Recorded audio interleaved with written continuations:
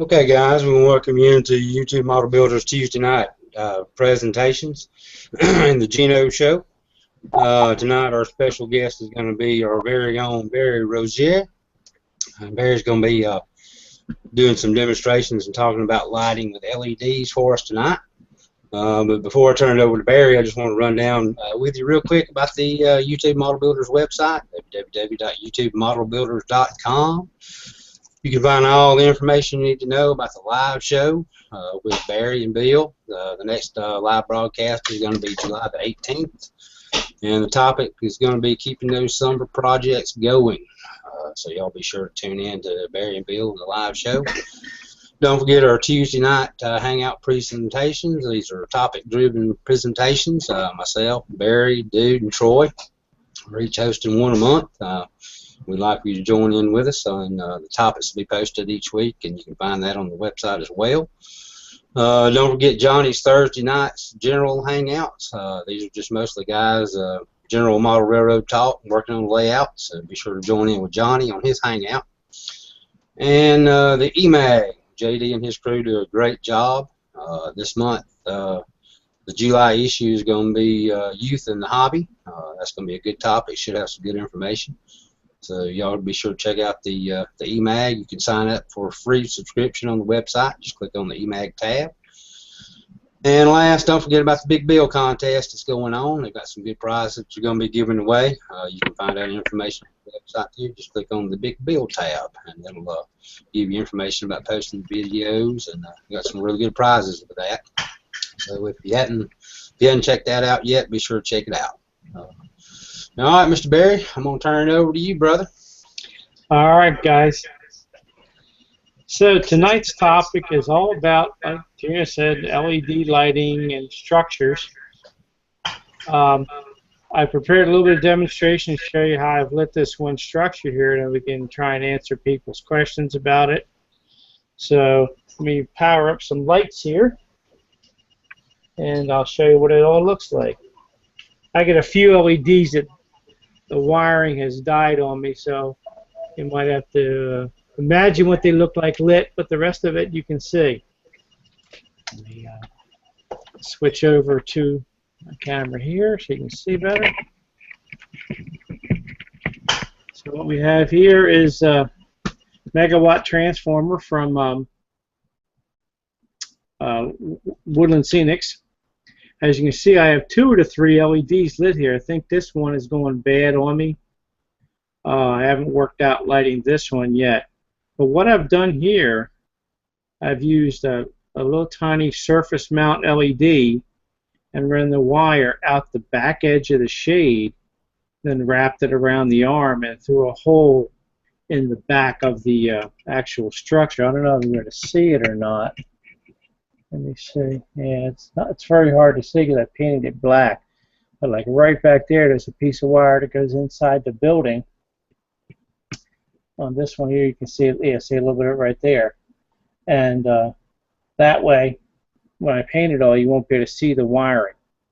And then that runs down to a battery I have inside. Now, as you can see, the inside of the structure is all lit up. And you can see the office in there. And same with the second floor, you can see the transformer factory up there. Now, what I did to achieve this is I looked for photographs of building interiors on Google Plus and such, and cut them out. And for the lower floor, I put it diagonally across the bottom here from this corner to the back corner, because the windows are only right here on this side. You can see in the front, so it goes from here around the back. And then same with the top floor. The top floor is double-sided because there's windows all the way around the top. So I'll show you what the inside looks like. So here is the photograph of the office interior. And I didn't put lights back here because there's no part of the building that's visible from outside there. I used a piece of foam core for the board, for the floor upstairs, and I used a simple 3 LED strip for the top lighting there, and same in the upper floor. And it's hard to see, but if you look inside, you can see it in the roof there. See the reflection of the LEDs. So this and the interior really helps to lend a nice illusion when you stand back and look at it. So that's just one of the techniques I've been able to use for lighting structures. The LEDs that I've been using for the interior, I'll show you here. I buy these by the roll. They're little strip LEDs. You can buy them in various types, all kinds of prices off of eBay, Amazon, Newegg, you name it, you can get them there. These ones here, I paid like, I think like $7 or $8 for the roll. They're a little bit better because if you look, there's the LED spacing's really close. They come in two varieties. They have 300 LED and 600 LED. And the 600 LED are really good for layout lighting. And well, let me explain something else too. These are little, I think they're like 3528 LEDs, which means they're like 0.35 by 0.28 inches. And then they have bigger ones like the 50/50s, which are half by half. And they come at different prices, and usually the smaller LEDs you'll find in a 300 and 600 LED configurations. And some of the specs you want to watch for, besides the count of the LEDs, is how many lumens they put out per roll, because the more lumens, the more light. Now those yes. have the resistors already on them, correct? Yes, these come already built. Let me open it up a little bit and I'll show you. And then what color are those? Because Ron Kleiss just had a video about his, and he used like 2 cool whites and one warm. Yeah, this is warm white. Uh-huh. Yeah, so what it is, as you can see, in every 3 LEDs, there's that little resistor in the middle, so you can cut it and solder to the pads on either end, but you have to do it in a minimum of 3 LEDs each. Now, they also sell these little soldered on leads. Sometimes they have crimp-on connectors. Each of the manufacturers has something slightly different. But the key thing is it's 3 LEDs. They operate at 12 volts. So any 12-volt power supply will light this whole reel up, or 3 individual LEDs. So that's what I have in this building. I have a little wall wart that's 12 volts that's powering the 2 main ceiling lights. There's 2-3 strips of LEDs. Do you know of a good way to bus power those? So if you have, it's going to get really tedious if you have 20 or 30 buildings and you have wall warts for each of those. Is there a good way to bus power them off from a single power supply, like maybe your overhead lighting power supply? You can buy like a regular, like a 12-volt power supply off of, Amazon or eBay, one of the electronics places, or you can do this. Old computer power supply. Perfect. Oh, that's cool right there now. There's a way to modify these so they turn on with the on-off switcher when you plug them in. I have a bigger one than this that's got an on-off switch. There's a pin you have to ground or put a resistor to ground in order to make it turn on. It has to sense a load, so that mimics the load that the PC would put on it, and it turns on. And let's see the specs on this one here. So this has got plus 5 volts at 18 amps, 3.3 volts at 5 amps, plus 12 at 17 amps. So it's got some chutzpah to it. One of these with LEDs, could light an entire layout practically. You just run 2 bus wires for the 12 volts in the ground underneath, and just drop feeders from your buildings to it, and you're ready to roll. So this is going under my layout. So I don't need an on-off switch. I'll just have a separate electrical panel to turn it on and off. But yeah, I run the 2 12-volt lines, and like I can even get 5 volts off of here, like for an HO layout for like my DCC, like my turnout controls, because the Tam Valleys only use 5 volts. I get the 5 volts off of here too. Like I said, this thing has what's it say, 15 or 18 amps at 5 volts. and 17 to 12 And that volts. that one wire that you have to jump over, the MATX soft power switch, you can actually put a momentary contact switch on that, just like what a computer motherboard would be. Yeah, You could that's what tap I that did, button once. So instead of just breezing it, put a momentary contact switch, tap it once, everything comes on, tap it again, everything goes off. Yeah, I mean, and there's some of them require a power resistor for the load, but not all of them. So it varies by the supply, but yeah, you could do that just to turn it on. Sometimes you just, like my big one has an on-off switch I use for my bench supply. So that one there, it's hardwired to turn on, so I just use the on-off switch, which cuts off the AC feed to it. Yeah, hi, Well, Barry. and if you use a momentary contact switch in there, then you can tie it to either an aux box or some other various of the control systems that talk DCC. You can use a relay so that when that you you're can control at it with. DCC. Yeah, you can Right, that way your it. DCC system can turn your lighting on and off, because I want to do it based on the fast clock in DCC. Turn on the layout light and the building light at a critical time in the layout. And that's a very trivial, especially with a computer power supply and a central bus to do that. That's a fairly trivial, trivial thing to hook up to DCC with JMRI. Yeah, you wouldn't really need in that case, rather than a momentary switch, you would just really need either, like I said, an aux box or something that can control a relay. Any kind of accessory decoder that can drive a relay would do it too. The aux box, absolutely, is terribly expensive, but you could probably use that to control multiple power supplies. So you can have one for layout lighting, one for building lighting. So like when it gets near nighttime, you can turn on your blue lights. Like using these LED strips here, you can, like I said, the big thing for layout lighting is worrying about how many lumens you have. Usually, if you can get like 500-600 lumens out of one of these, you use 2 strips, and that's good.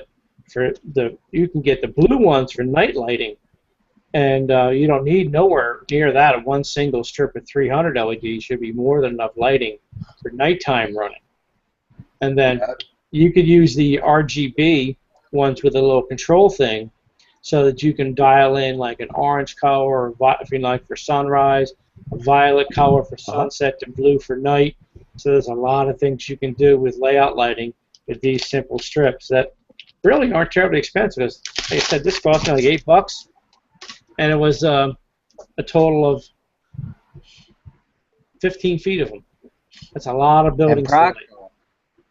Well, and Pricom, it's perfect for building lighting, absolutely perfect. And Pricom has that little control board that's, $60, $70 and not very expensive, that does layout lighting based off fast clock. So it will, as your layout goes through the time of day, it will come up to, sunrise, full brightness, sunset, and night lighting. And if you can buy those strips that deep and a Pricom board for $70 to control them, you're not out a whole lot of money and can do a very, very impressive layout lighting. But I'm fascinated with using it for building lighting. Roy, can you turn the TV down just a little bit?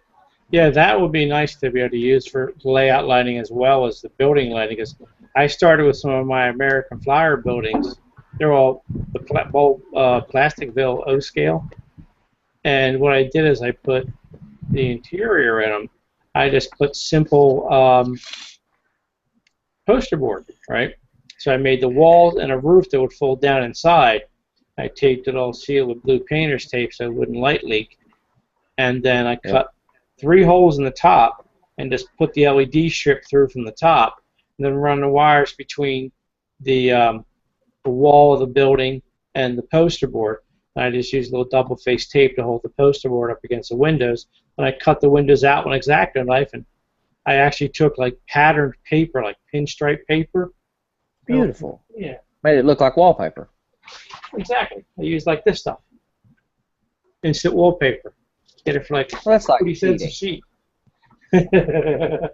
So awesome. I got different color ones, some different stripes, and because it's bigger scale, so I can get away with it. It's an HO scale. It's not as necessary, but you could find a photograph of wallpaper, scale it to whatever size you want, and print it out and paste it on the wall inside of a building. You don't really need to do the 2 sides in the back where you might see it. So if it's that easy to do, and especially, if you're not lighting the buildings, then interior is not very critical. But I have found when you start lighting the buildings, some interior, at least doing the poster board trick, is kind of it's very distinguished. Necessary. Yes. But for something like this, what I've seen people do, is like what let me plug this thing here so I don't have to drag this battery around. But like what I did here with this, you can also make it like in a semicircle. So no matter what angle you see it from, you'll see it in part of the interior. And what you can also do is, like, say you have a storefront window, right? You build a box in the window like would really be there. You put the photograph of the window display in the back of the wall, then make copies of it and cut out the individual pieces in the photograph and stand them up in front of it to give it that 3D effect. And it's really very surprisingly effective. I learned that at an NMRA clinic I attended in Jersey here. And the guy that did it, he had this one corner display. It had the corner of an engine house, and he just had a curved backdrop in it that showed inside the engine house with a locomotive sitting in there. And you just moved your head around from the doors through the window, and it really looked like the interior of an engine house. So with that and the right like LED strip lighting, I mean, it makes a beautiful interior scene. And then unless you really go up and stick your head in the window, you can't tell the difference. And that's a free internet, just a free internet picture, not $200 for the detail parts. Exactly, yeah. Just like I said, in the storefront windows, like I said, you build a little box, you put the window display in the back, then you cut out the individual items from other copies of it, then just put a little tab on them and glue them standing up in front of where they are in the backdrop photograph. Yeah. And it brings the depth and realism to the interior of the window display. And you can use the same technique on an interior. Say you take an interior shot of like an old-time drugstore with a soda bar. Well, you cut out the soda bar and stand it up in front, but you leave it printed on the backdrop because you're not going to be able to look at an angle. If you bend down to look in, you're going to see the one you've stood out in front, then you'll see the distance to the back. And you can do the same thing with pictures of chairs and tables. I mean, heck, you could put what looks like a bar stool there, and behind the picture of the bar stool, put a piece of wire up and hold a person sitting so they look like you're sitting on the bar stool. Huh. You know, and you can do all that in a workbench real easily instead of in your building. So you could do it right on a piece of foam core and then mount it up inside the building. And that way, foam core is so handy. Oh, I know. I use it for all kinds of stuff. Me too. I'm in love with foam core. I'm so glad I found that. But I mean, there's other options too. Like I use a lot of the real tiny 0402 LEDs.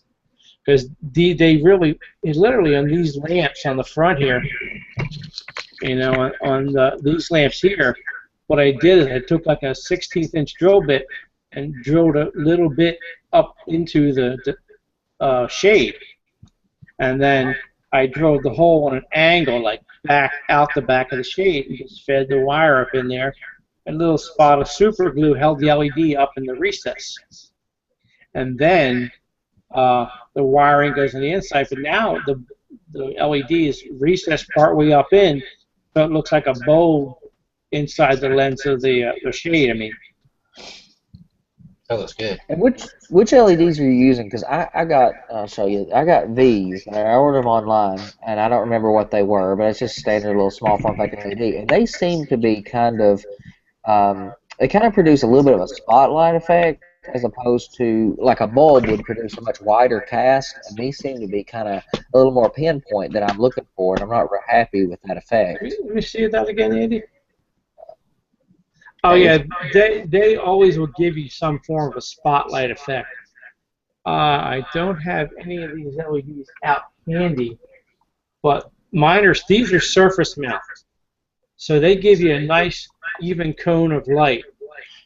You know, they're basically smaller versions of what's on the LED strip.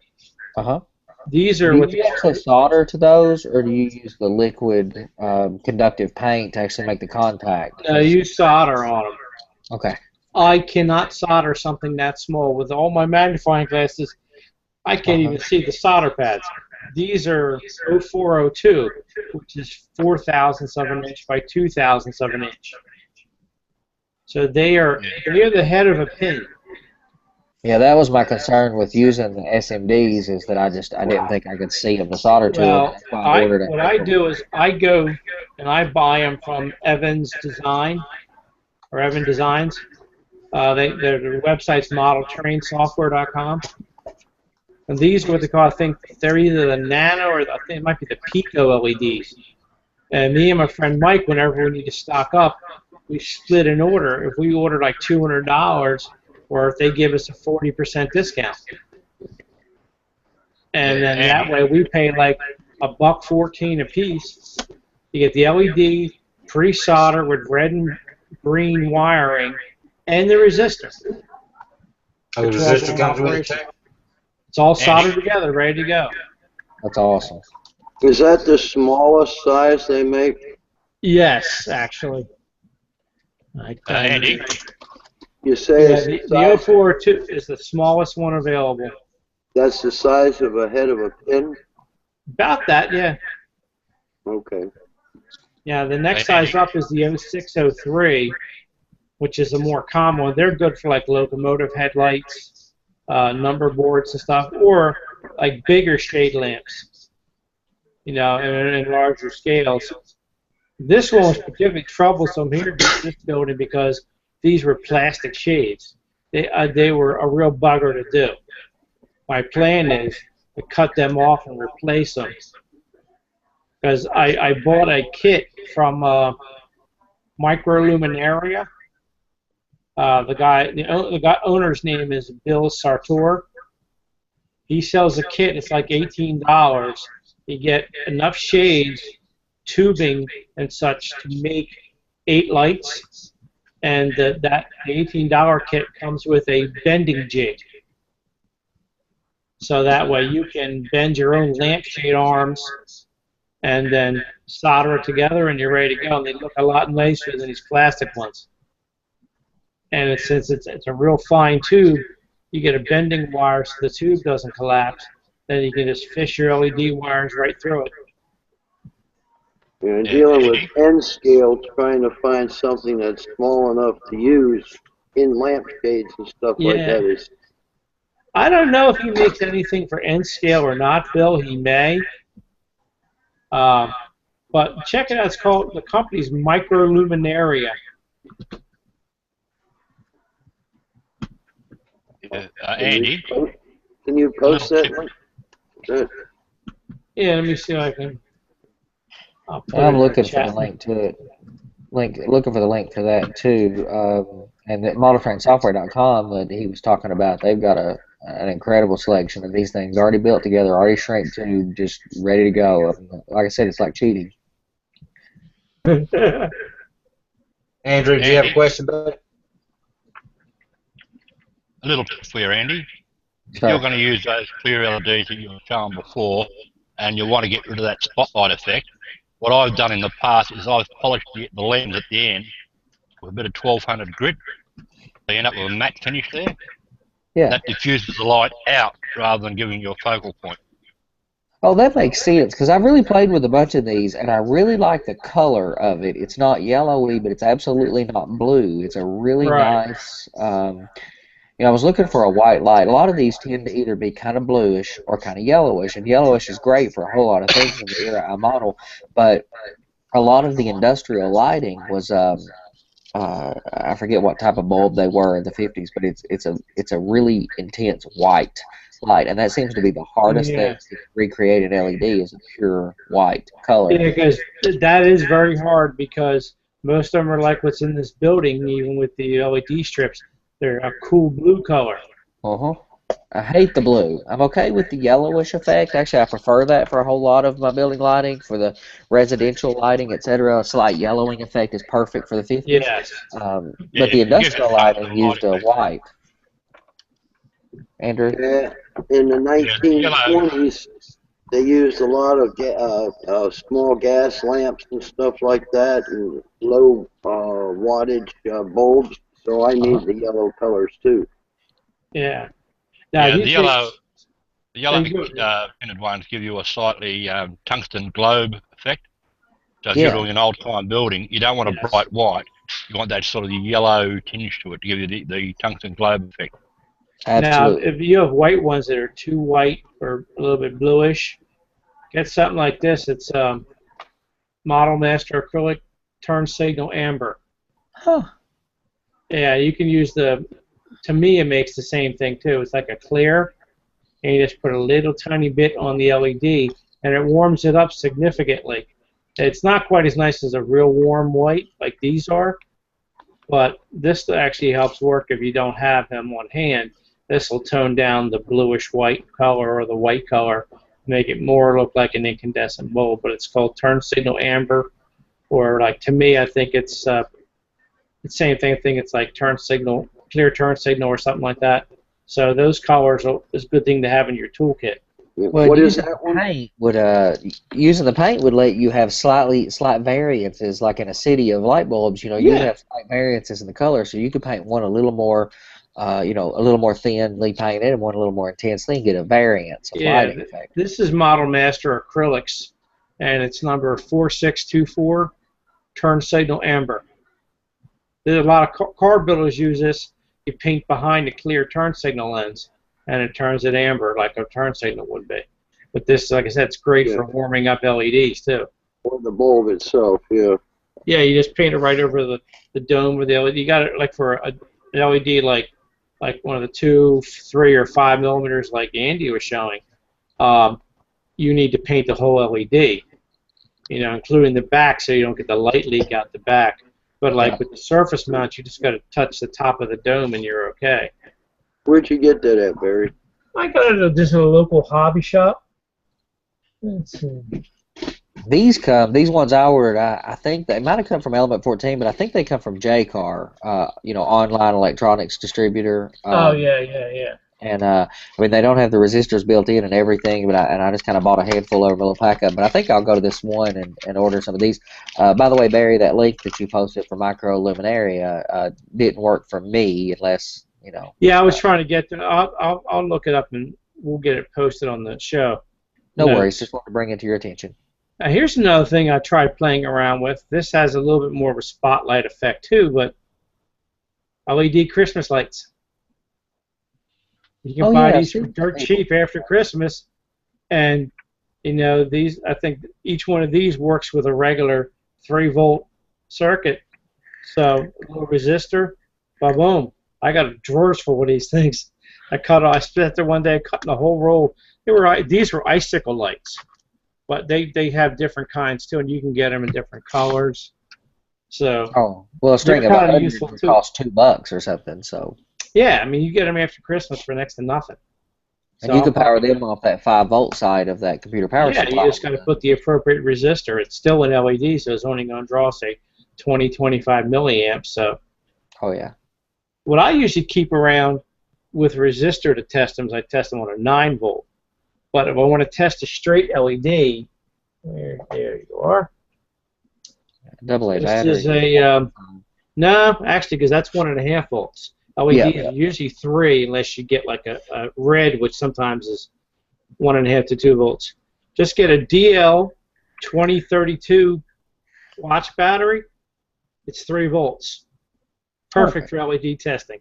I keep one of these laying on my bench all the time for testing LEDs out. Oh, and you can slide it right up between the leads on the LED. Exactly, yeah. Pinch it with your fingers and you can test it. Yeah. Yep. Just like that.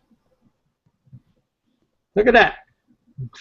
Got 50-50 luck in the first shot. But yeah, that's got a cool white color too. Yeah, well, these are meant to be like snow and ice. So, but you paint that on there, it really tones down the color a lot. If they're really blue, it doesn't look quite right. So it only works on certain LEDs. It's something you have to experiment with. But like I said, these things they give you kind of a spotlight effect because they have a concave in the top. But they make different kinds too for the Christmas lights. So, come this Christmas, do some shopping at Walmart before Christmas, and then when they hit that next day after Christmas, buy them dirt cheap. Heck, wait till they go to 75% off and get whatever they have left. You get a crap load of LEDs out of a couple of strings of lights. Have you ever used fiber optics in doing structures for pinpointing lights in areas? No, I have not. I've never worked with fiber optics in anything other than a few models I've used. But yeah, that's another good thing, because with an LED like this, that has a concave actually in the top, so you could set the, with a little clear. I use a lot of this. I don't have it on my desk here, but you guys all know what Aleene's tacky glue is, right? Yeah, man. Do you know they make a clear tacky gel? No, I've just seen the standard glue that Hobby Lobby has. Yeah, it's in like a clear bottle. I know I had it here in my bench, and it's disappeared. Probably put it in one of my bags. But yeah, it's called Aleene's Clear Tacky Gel. It's in like one of those like clear bottles. It's great for holding LEDs in place. And you can put a little bit of it here, put the end of your fiber optic right near, and just tape it down until it dries, and then you're ready to go. Well, I've done fiber by drilling a very small hole in the end of the LED and just shoving the fiber in there with a little bit of, Tester's plastic cement, and that's worked pretty well for me. You could do it with this too. This, like I said, I don't know if you can't see how that white spot at the top? Yeah, I can see that. That's actually concave in there. So you could just sit the LED in there and even put a little super glue maybe, or put, like I like to use the Aleene's Clear Tacky Gel. This is the same as a tacky gel, but it's made by Loctite. Oh, okay. Loctite has the same stuff? Yeah. It's called I like Loctite Super Glue pretty well. I really like Loctite Super Glue. So I don't know if you guys can see this. Tricolor LED. The camera's off. Buy these little, where are we? Little brackets. I can see in there. The LED fits right in the end. Just glue it in place. And you can slide your optical fibre in the other end and mount it under your layout. Oh, very and nice. all I do is get the remote control extension leads, plug it straight on the end of the LED. Nice. Now, another good thing I learned this trick from this one guy. He was on the MRH forums. This guy, Dr. Jeffrey Buns, he does a whole blog called Small Model Animation. He did the coolest little scene. In the background, he had a caboose sitting at a crossing. Gate lights were flashing, right? In the foreground, there was a bush. What he did is on the bottom side of the bush, he put a couple of dots of glow-in-the-dark paint. And what he did is underneath of each dot, he put a brass tube down through the scenery. And at the end of the brass tube, he put an ultraviolet LED. And had it shine straight up. So when you're sitting there in a dark room at night, you see all these little dots glowing like fireflies in your bush. Mm-hmm. Well, that worked for John Allen, too. He used a tremendous amount of that phosphorescent paint, which is really good effect, in an era that way predated LEDs, and it was a good effect. Using black lights. Well, yeah. Yeah, well, he basically, Jeff did the same thing, but he used ultraviolet LEDs, which is the same thing, really, but he used the tube to direct the light straight up against the where the little dots of glow-in-the-dark paint was. That way he could control how much light got there, so you didn't see like this purplish glow, Oh yeah, I love the idea of the fireflies effect. Yeah, it was actually a rather interesting effect. He's got some neat stuff on his blog on MRH. I really like it. I look forward to seeing a post by him because it's usually something really interesting. He found all the software code to take I think it was an mini Arduino and turn it into a 17-function DCC decoder. Oh, I seen that. For $5. Yeah, I've seen that, and I'm using Arduinos to control my signal system too. But I tried to find his blog when you mentioned it a minute ago. I tried to Google it. That's another thing. If you think of it later on, you might want to post for us because I found his articles before, and his stuff on Arduino is incredible. When you can build an accessory decoder for $5, so flexible. Yeah, he's done some tremendous work with that kind of stuff. When Arduino has very good support in JMRI now, some native decoder stuff too. So the guys who are getting into electronics, Arduinos is kind of where it's at. Yeah, I know one of the guys in our club. He's done some stuff with servo controls with Arduino and everything. He had some issues getting it to work, but in the end, he finally did. He wasn't doing the pulse modulation properly, so the servo would stop and sit there and chatter a little bit. not all of them did it. So he had to adjust some parameters in the software, but then he got it to work. Yeah. Another good thing to use for like lighting controls and effects is pick or pickaxe chips too. Oh yeah, I messed with those long before Arduino come along. Yeah, and I'm because you using can Raspberry. write really simple programs in them. Like for like a couple of bucks, you can build like a flasher for like a random flasher for like say a welder, firebox, fireplace, beacons on a lighthouse. I took a couple of electronics clinics from this guy named Dave Bodner, and he did some neat little things like that using, and it was literally the pick chip. He didn't use pick, he used pickaxe, and the programming environment was written in BASIC, so it was dirt simple. It is. Now, some of the stuff like that Mike, Model Man and Mike uses on his light kit is done in C+. So that's way harder. Yeah, he's using a straight pick. Yeah, he's using a pick chip rather than a pickaxe. Right. But you can see, there's a lot of that code you can get. Yeah, there's a lot that's available on, like, it's so funny because, I mean, I'm into sci-fi modeling too. So a lot of ships have, like, flashing lights and everything. And what these companies charge you for a light flasher is ridiculous. Yeah. I mean, I can do pretty much everything I need to light any Starship model for like $10 worth of parts and some coding. And I go buy the kit. It's bloody $300. But it's got every LED you want. No. Well, no, they're powered by chips. Oh yeah, or I'm going to use Arduino Megas to control like a bunch of signal decoders, and I can control signal masts. And with one Arduino Mega, I can control the whole set of multiple CPL signals. Like I can control at least 6 or 8 aspects off from that $130 card. So. Yeah, I mean, I know Mike has given me some schematics, and was actually a code sheet for using Arduinos to do a signal system as well. So I was going to look into see how that would compare. It's probably going to be a lot cheaper than buying commercial signal components, but I need to get learning more about signaling because one of our future shows with the tech show is going to be about signaling. Oh yeah, I'm looking forward to that one. It's very flexible. My whole signal system's done with pickaxe. Yeah, I'm sure they probably all are, actually. The one I wish had stayed around was the Atlas signal system, because it was very modular. Supposedly they're going to reintroduce it, but that was 2 years ago. Yeah, well, literally, everything was connected by phone cords. Well, Atlas was prototypical with gaps in the track. You could do it that way, or just have it automated. If you're in a red thing, it sets the previous one to yellow, and then one before that to green. You could do it either way, with a detector circuit or without. So you could go total prototypical with it. And they literally, the boards jumper together with a regular 4-conductor telephone cable. Same thing to the signals. So the signals were custom built by one company, which went out of business.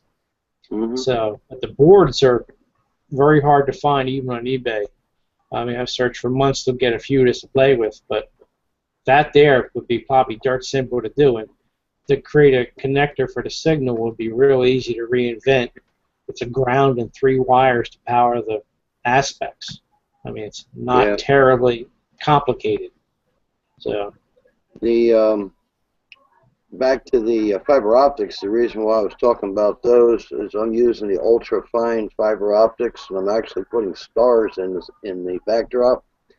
So when I go to nighttime, the lights will dim down and power up the LED to actually give me stars in the sky.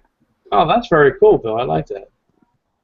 I've seen a theater lighting system for home theater. It was exotically expensive, but they used LEDs to do that starlight effect. So, and if a man can build that with, a little stretch of fiber optic cable, and I've got a big old bundle of data fiber optic cable that would be just fine for that purpose.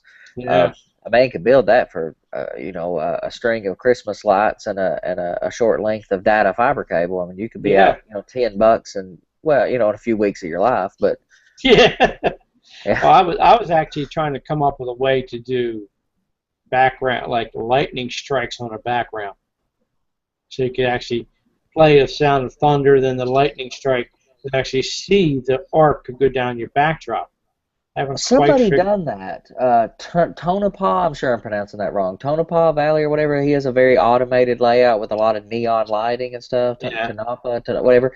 And I'm pretty sure he's the guy who did a lightning strike effect where he used a strip of, I mean, you can't call it fiber optic, but a strip of plastic that he backlit with the LEDs adjacent to it, and he fired that off. And he had an article about how to do that in a model railroader in I mean, at least in the 90s, if not older.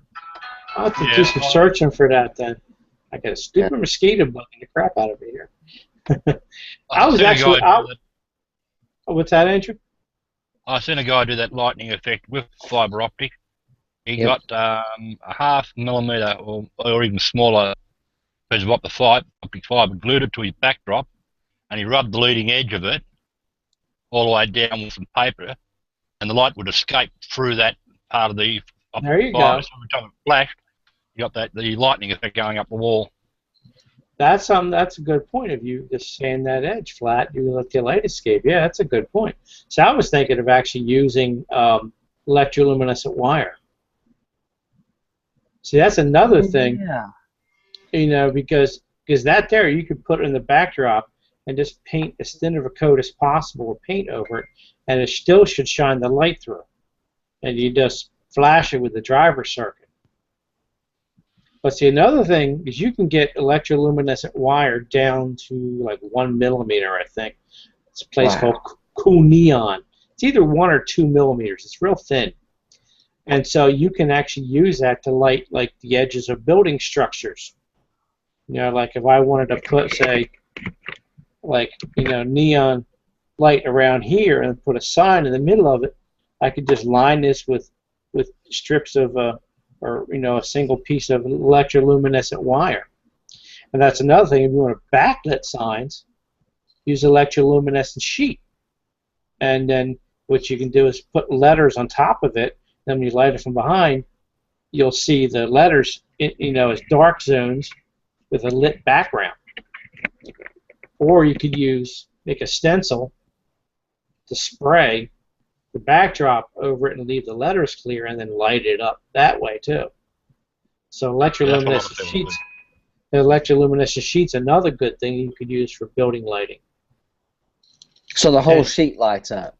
Yeah. You put two, whatever voltage it is to it, I forget how much it is, and the entire sheet glows.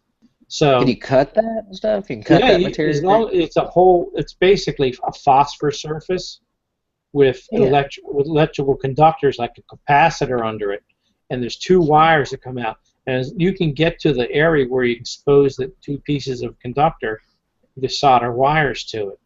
Cool Neon has all kinds of information on how to use it, where you can buy it through them. They also sell the electroluminescent wire. So that's something definitely to look at for use for structure lighting. And I was even coming up with an idea for how to mimic like fluorescent tubes in the ceiling of a building. It says you put your ceiling in and then put like a piece of half-round clear plastic and frost it. Sure. You know, with like a sandpaper. And then you can paint the ends white to look like a fixture, and then just put an LED above it, or even a piece of electroluminescent sheet, so it evenly lights it, makes it look like a fluorescent tube. Oh, did you see the guy who did? He did a steel plant, and he had that tube lighting like you talked about in a very electric orange color, simulating the molten steel moving through the plant and in a trench. There's other kinds. Like there's a you can get tube lamps that you can use too. That's what he had used. Like cold cathode tube lamps and stuff that you can get in different colors. Yeah. So they used to be very common, like for lighting and models and stuff like that. Like if you wanted to light, say like the Starship Enterprise from Star Trek, The Next Generation, the whole back of the nacelle glowed blue. So what people would do is put these cold fluorescent light tubes in there and would light the whole thing in one shot. Oh, then you could mess with the color, and then especially for the sci-fi modeling, you could light that up really bright if you were, simulating effects like as it was entering warp and some of that stuff. So I mean, you could get really creative with that lighting. Yeah, absolutely, yeah. So there's a lot to be able to use different kinds of lighting techniques like that, and like it depends upon what you're doing. If you get, like say, sci-fi model, there's a lot of techniques that I can apply to these buildings, and even the little LEDs I use in here, they make great locomotive headlights, It's like, let me see if I got one in the show here. Yeah. Right inside the shell there, where the locomotive is, the light is up in the headlight there. That's an 0402 LED, just tacky gel glued to the back of that. I just take. So it's not shoved all the way up. So it's not shoved all the way up to the front of the light fixture. It's just kind of stuck in behind it. No, it's actually glued on the back of the light fixture. And just let it shine through the hole in the plastic. It's really hard to see because it won't focus, but you see where those two dots are? Yep. The LED is a little dark spot in between them. It's so tiny. I did that in the front and on the back. I just, like I said, I just use a little tacky gel. I tape it down to hold it in place till it dries because it takes a little while to dry.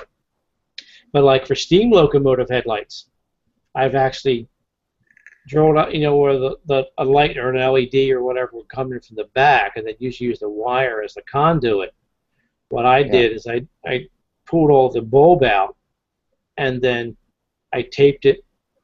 I put the LED up halfway inside the light, and then I set the light on my bench, taped it all down good, and I poured just a little bit of tacky gel in it, let it dry. And then the next day I go back and fill the rest of the lamp. And then now that becomes a lens. And then what happens? Yeah, the glue fills the whole lamp, and the LED suspended in the middle of it.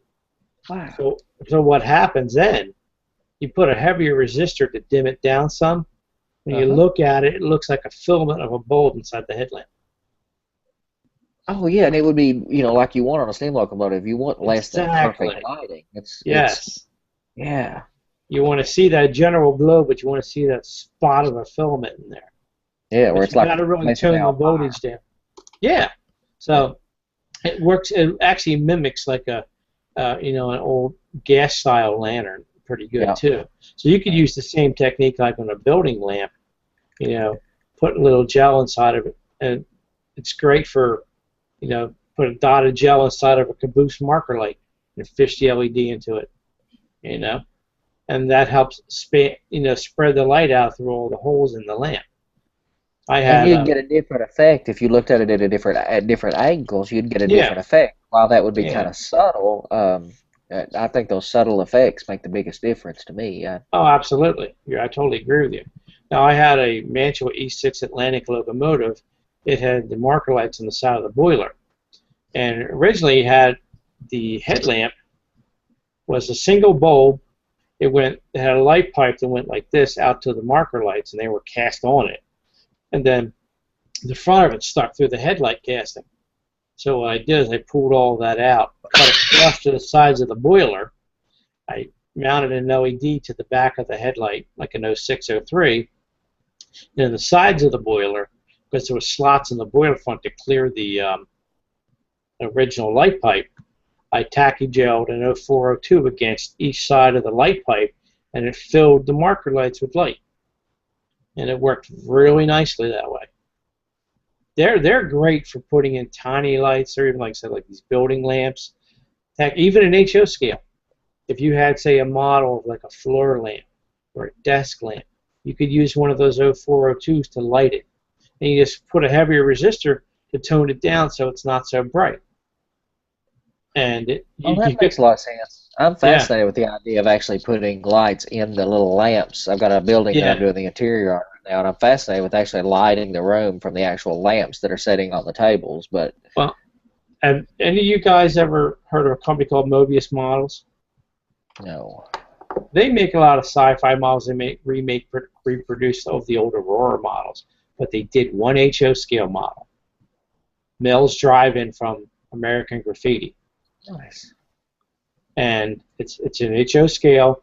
They have it in a build-up in the kit. I bought the kit when it first came out. Now, mind you, the outside of the building, it's all these columns, right? There's vertical torchère lamps pointing up. So I'm going to drill them out through to the back of the column, put an 0402, a little tacky gel on the top. They have hanging lamps in the inside. Over the tables, I'm going to do the same thing. Mount an 0402 up from the bottom so it shines down on the table. They have lamps over the bar in the back, or the bar counter, and then I'll have that lit. Then the original building had 2 neon tubes along the top edge. I'm going to see if I can fit 2 pieces of electroluminescent wire around the top edge of the building. I haven't quite figured out how to light the building sign yet. I think it was a solid sign with like neon behind it that reflected off the building, so it was like backlit.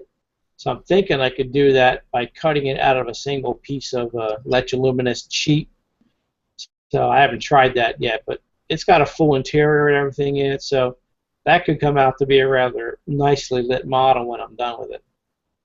Mobius, they have to be a good company. They got a lot of Battlestar Galactica stuff, so you got Yes, sir. you had me there. Yeah, check out the Mel's Drive-In model, though. It's a pretty cool model. I'm looking And for it. if you're doing like transition era in the 50s, that thing's 50s. perfect to have. You know, Oh, yeah. so it would look really. That's why I said I got to have this because it looks so cool. You know, that gave me And honestly, different ideas to try. Kind of hard.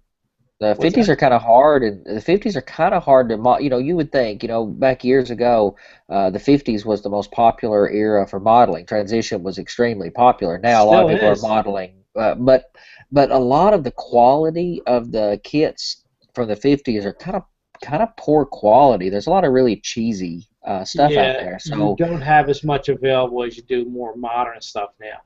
You're yeah, right. yeah, it seems like But it's fell off. But if you poll most model railroaders, not the bulk, but the highest percentage of us still model transition era. And Even a lot though of the more and craftsmen. more, yeah, more and more, especially the younger people in the hobby are modeling 60s, 70s, and beyond, or even 70s, 80s, 90s. Yeah, So 60s is really getting popular, and the 60s is yeah, interesting, but there's just you can't be more interesting than steam power to me. So nah, you kidding me? I'm telling you, The funniest thing is, what if I would model anything beyond transition era, it would be late 70s, early 80s, just because I don't want no head, no hair, no shred of evidence of the abomination on my layout known as Penn Central. I said the name. So yeah, Sorry, I missed that. me and Mike called Evil Empire is New York Central, and the abomination is Penn Central. so it'd have to be bright blue Conrail for you or something. Exactly. Yep, I have respect for that, You but know? it's still Conrail's a far cry from being the beautiful Pensy. So Yeah, as I could model up to 68 with the Pensy and get into second gen diesels and stuff. So yeah, but you can't have a T1. this is true. This is true. But I don't plan to buy a T1 because too big for my layout. I know I'm an N&W modeler, and I still envy a T1. So Yeah, but I got my fleet of K4s. I just put in a pre-order for Broadway Limited L1, which is supposed to be available in September with the new Rolling Thunder. oh yeah, that sounds awesome. I'm really excited about that Rolling Yeah. Thunder thing. Did you get the And L1 tender, the big I'm tender? glad I was going to pre-order the Sharks, and I Yeah. didn't, because the second run of the Sharks is coming out like in January with Rolling Thunder in them. So then I'm going to buy the receiver unit for train shows. Because As that soon as way, you that get Rolling feel. Thunder, you've got to do a demo on here. We've got to see it because that's Yeah, one of the most fascinating things. if you check out the video with Ken Silvestri and Bob Gruba on their website, you'll get the feel of it. Trust me. But yeah, I'll definitely do a video if I get my hands on one, because I think it'll be. I haven't heard it with steam. I've only heard it with diesel, but yeah, it's phenomenal. But it's like I look at my room here, it would be useless in here because it can only work with one diesel at a time. So here's the thing: how many even I could feed multiple diesels to it, it's just going to be a general rumble in the room. You know, if two diesels are at different notches, it's going to sound different. So for this, it's not going to work. But like when I go to train shows where it's loud, it's noisy, people will be able to walk by and hear and feel the rumble of the diesel. That'll catch their attention and bring them to the table. And sooner or later, everybody else will pick up this technology because I don't see any patent pendings on the website, so you know, like everybody else seems to do. But it's a neat idea, but you're just, I don't know if they could patent it because you're just sending low-frequency sound through a bandpass filter wirelessly to an audio amplifier.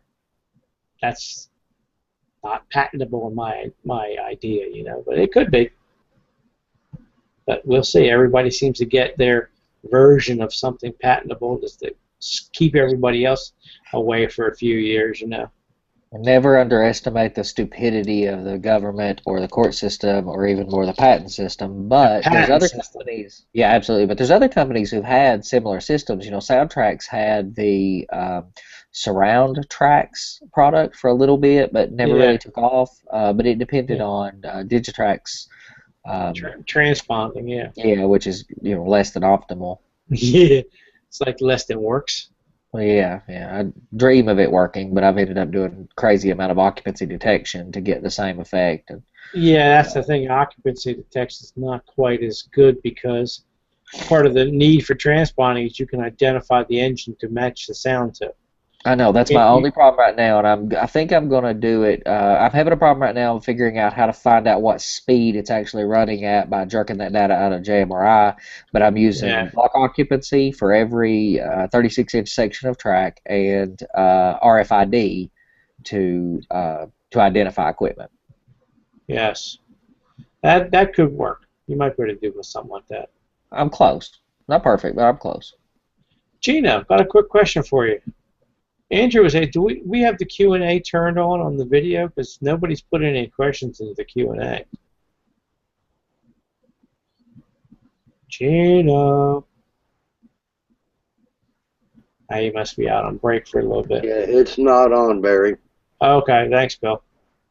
All right, well, we're covering a fair amount of ground on the lighting topic, so I think we'll be answering a fair amount of questions with most of what we've talked about. But I mean, besides what we've already talked about, you know, using, you know, like the smaller LEDs, like the regular round top LEDs or flat tops, you can put them in all different kinds of places.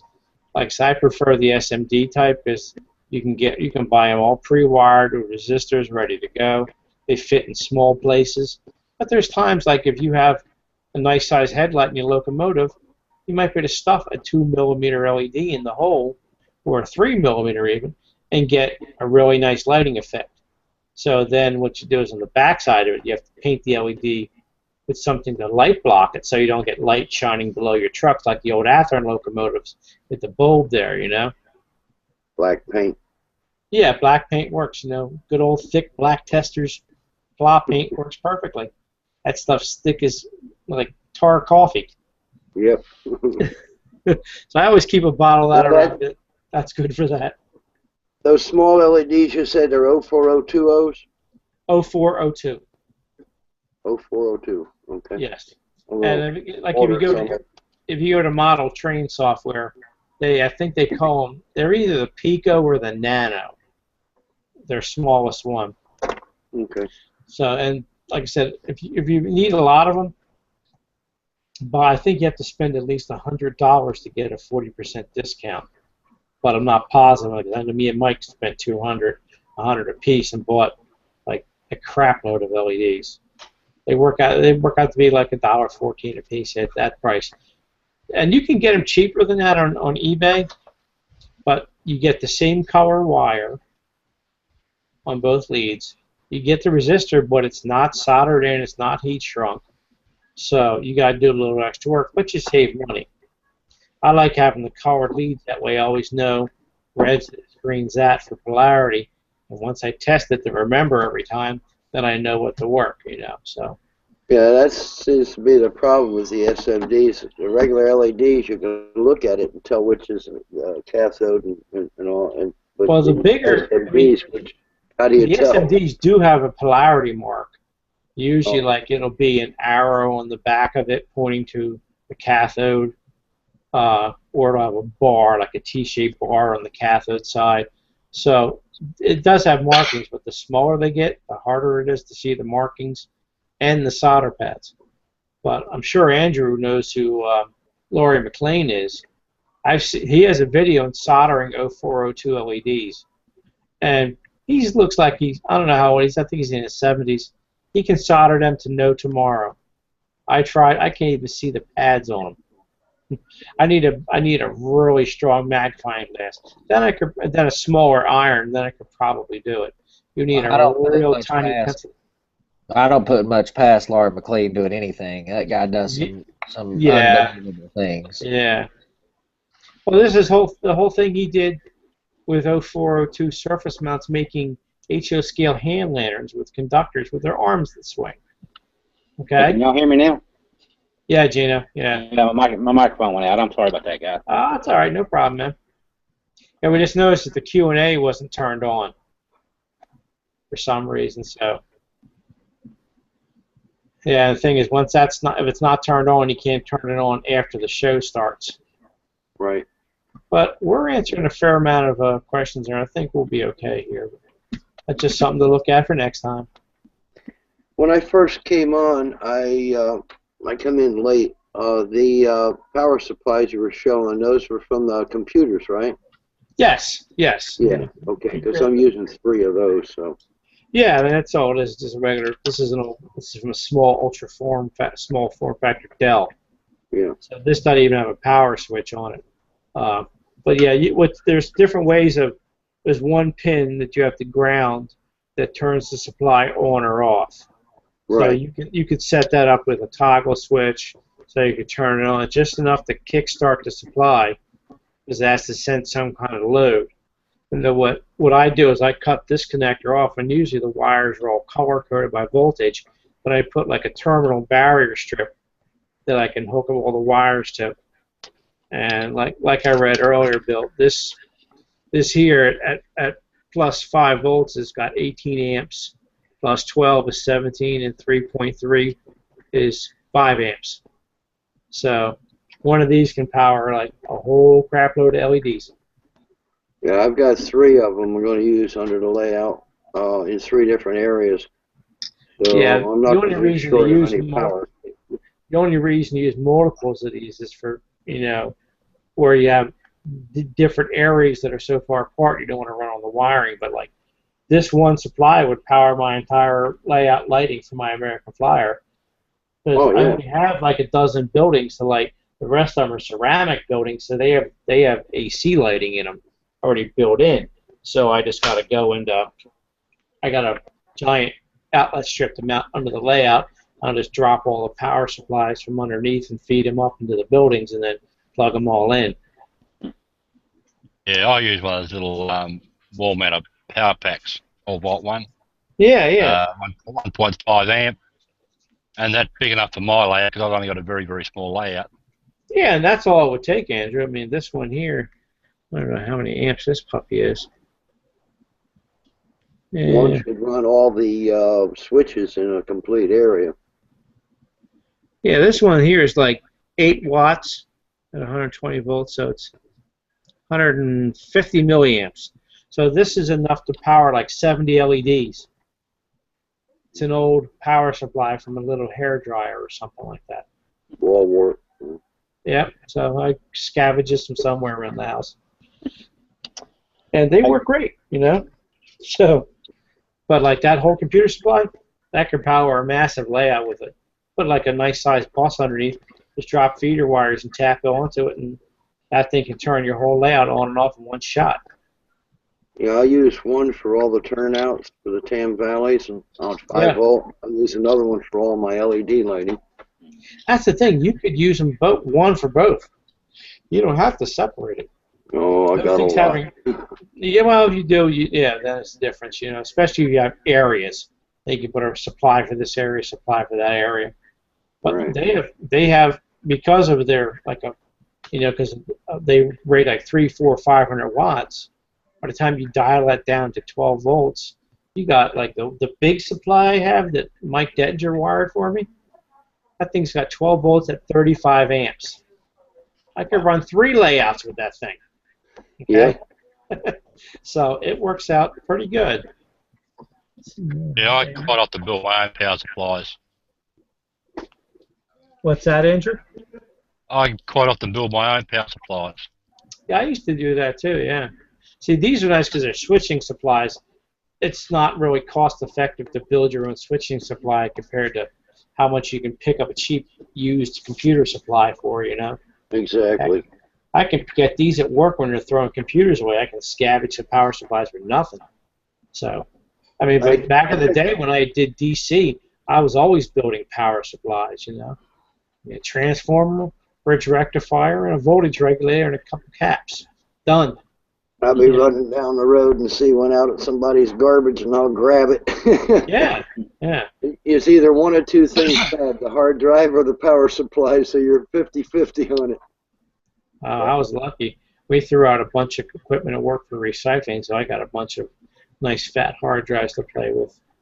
So I'm finally going to build my computer, so hopefully I won't be having any problems anymore with my laptop.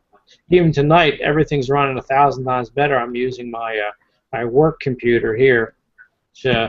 It's a really neat little toy. It's a Dell XPS 18-inch tablet. Oh yeah, That's sweet. That is sweet. You want to see this running a CTC touch panel with JMRI Panel Pro? Yeah. I did it at one train show. I had people's eyes going in circles, man. They didn't know what they were looking at. I could just go flip, flip, flip, flip. And it worked great, man. Cool. Hey, guys, let me just take just a minute to remind everybody to check out the website, YouTubeModelBuilders.com. You can find all the information you need to know about the live show with Barry and Bill. Next show is coming up July the 18th, and it's going to be on tips to keep those summer projects going. So y'all be sure to check out the live show. There's also information about the Hangouts, our Tuesday night topic-driven Hangouts with me, Barry, Dude, Troy.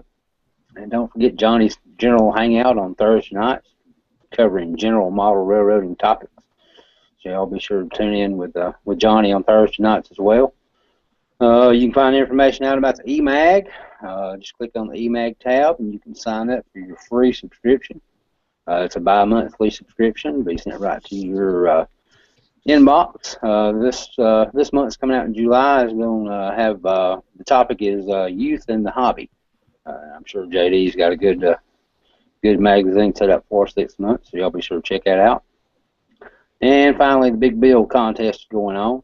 Click on the Big Bill contest tab, and you can find out all the information you need to know. They've got the sign-up sheet and information about all. They got some pretty good prizes this time around, so y'all be sure to check that out as well. All right, Barry, I got a question for you real quick. What's that?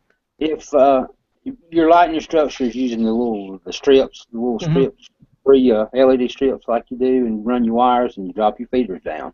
Right. Is there a certain number that you need to keep on your bus wires? Is there too many? I mean, that you could overpower if you're running it off just a regular 12-volt pack? Well, it all depends on the current on the power supply, but like a normal LED like that that whole strip might draw an amp of power.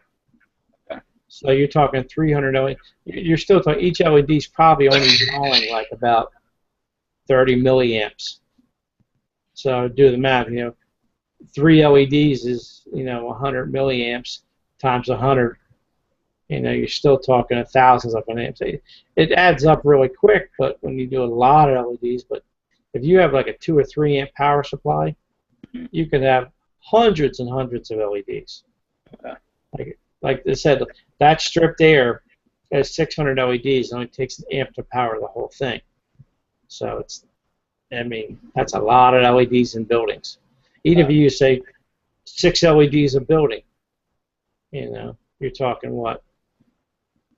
You're talking like 600ths of an amp, or something like that. So it's not a lot of current. Okay. Here's another LED I found in my collection. I've had these for years, and I haven't used them for much, but they're could be handy now for lighting cabooses and stuff. They're called top hat LEDs. There's a little dome on the top, and the two leads come out. They're axial leads rather than radial leads, like a regular capacitor. And these little puppies, you could mount them like against a wall like this, sticking out into a marker light, and it would make the light glow nice and red. And they're real. I don't even know if they still make these, but I got like a crap load. I got these back when I was in tech school, right after I graduated high school, like in 1980. I can't even remember where I bought them from, but they've always stayed in one of my bins somewhere. So I'll have to see if I can make use of these. But you can still buy these. I don't know if you can get them this tiny or not, but that's something to check out too. They're called top hat LEDs. Yeah, Mauser and DigiKey sell them. Yeah, I kind of figured they still sold them, yeah. And there's another style, it's called a tower LED.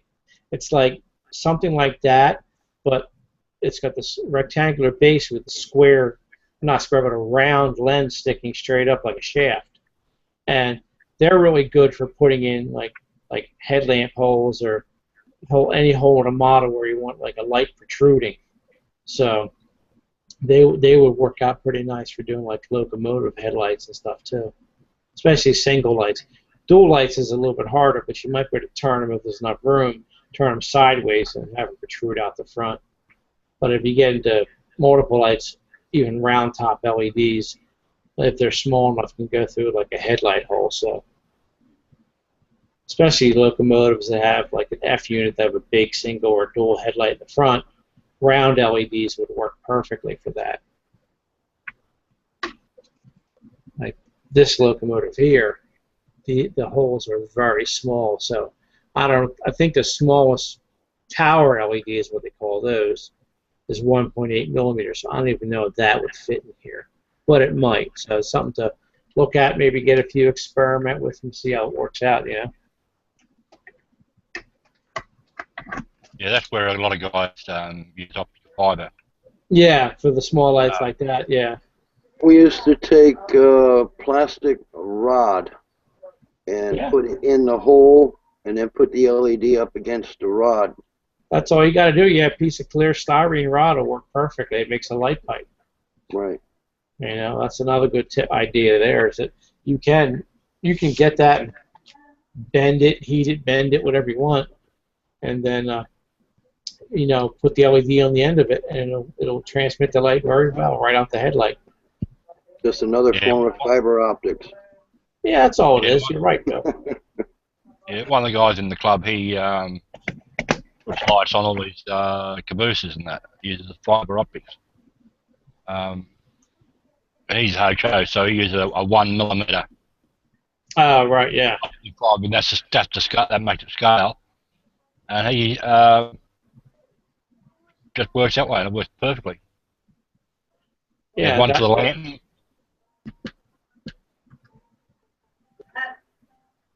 Yeah, anyone that's interested, if you want to work out from your power supply what resistor to add to your LEDs, in series, I've stuck a little.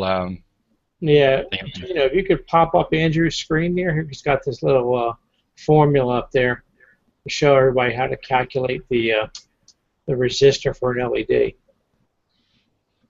It's always good to know your formulas like that so that you can, you know, be able to calculate your resistor if you need to. There's also a lot of websites where you can enter in the voltage you're using, you know, what they call the forward voltage of the LED, and then it'll tell you that, you know, here's your current, and then this is the resistor you need. So, and an average, you can say 20 to 25 milliamps for most LEDs. I think red has a lower voltage at 2 volts and has a little bit more, might go up to 30 milliamps of current. But most other colored LEDs are around 3 volts with about 20 to 25 milliamps. And then so you take your source voltage, which say like this battery, 9 volts. So 9 volts minus the LED voltage, say 3, would be 6 volts. And you divide that by the current going through the LED measured in amps, and that gives you the resistance you need in ohms. Hey Barry, there's Yes. actually an error in that formula. Is that not the same one like we used in our article? Well, no, the parentheses need to be around VS minus VLED. Yes, you're right. Yeah, because Otherwise, the division comes first. you have to take the VS minus the VLED in that, then divide the answer by the LLED, which is the or ILED, which is the current measured in amps. So you have to usually times that by 1,000 because like it's 25 milliamps. So there's a lot of great websites like LED Calc. It's perfect. You just put in your information. And they even show like a diagram how to do series versus parallel wiring with LEDs. So you tell them I want to use it in series or I want to use it in parallel. Give it the source voltage, the LED's forward voltage, which typically, like I said, for red is like 2. Everything else always almost 3. And then the current, and then it'll tell you this is a resistor and this shows you a diagram of how to wire it. So that works out really pretty good, actually. Yeah, I retyped the formula in the chat. Oh, okay. Yeah, let's see here. Yeah, so my one's wrong, is it? well, the thing is, it's missing parentheses. What you have to do is where it says VS minus VLED, that should be in parentheses. JD was right because you take that value, not VS or not the VLED divided by ILED. Yeah. Subtract it from VS. You actually have to do VS minus VLED, then take the result and divide it by ILED.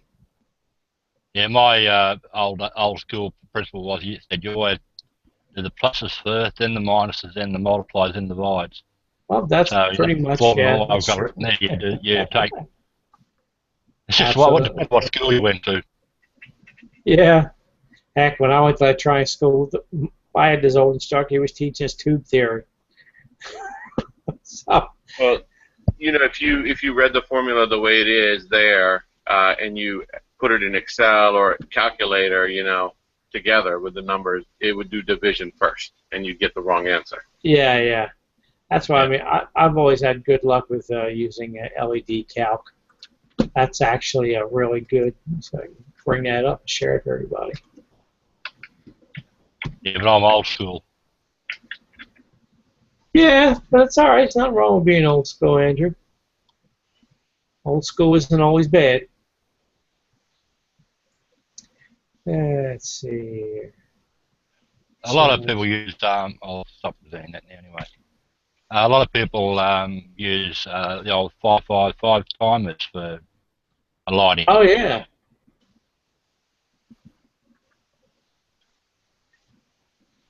All right, let's see if I can share this with everybody. It's always good to have a converter wheel also. Oh yeah, they're handy to have. Yeah.